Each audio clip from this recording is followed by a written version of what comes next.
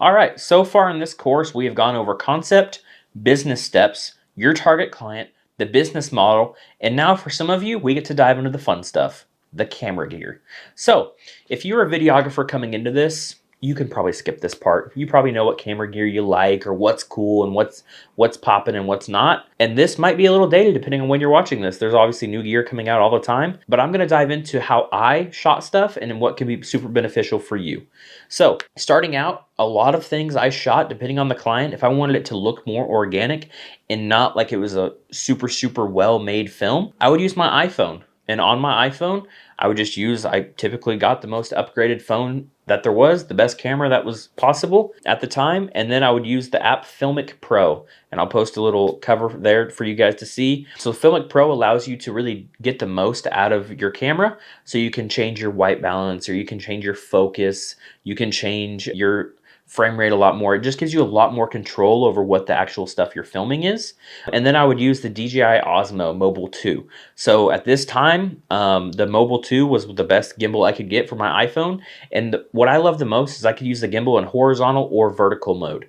So I was able to, get some of that nice real content because vertical is becoming super popular, while also at the same time being able to shoot a little bit smoother and cool stuff.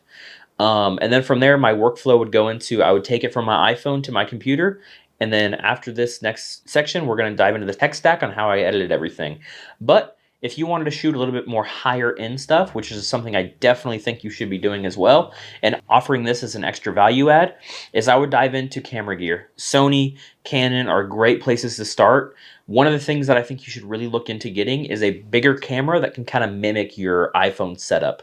So a more run and gun type camera that can go on a gimbal and that you can use it kind of anywhere you need to go. So if you need to throw it on a tripod and shoot like a nice documentary or a nice interview, it's going to look really good. But if you need to take it off there, throw it on a gimbal, and go in the back of a restaurant while someone's whipping something up, you're able to do that really quickly and seamlessly. You don't have a big, gigantic camera you're trying to work with. And second is pick up a drone. You have to get a drone because it's one of the most popular ways to start a video or do anything that just gets eyes. Even though drones are so popular nowadays, people still love them and they love to see the shots from them because it's something we can't see with our eye just walking around. It's a unique perspective that you definitely need to utilize. I used anything from DJI. Obviously, I'm a big fan of them. The second thing you can do is get one of the FPV drones and stay on top of the tech. So whenever you see these new trends happening on social media and Instagram and all these things, you're able to stay on top of it. But that's kind of it for the camera gear and what I would dive into. This is not a camera gear teaching you how to film type of video course whatsoever. There's plenty of resources on YouTube, plenty of people to look into.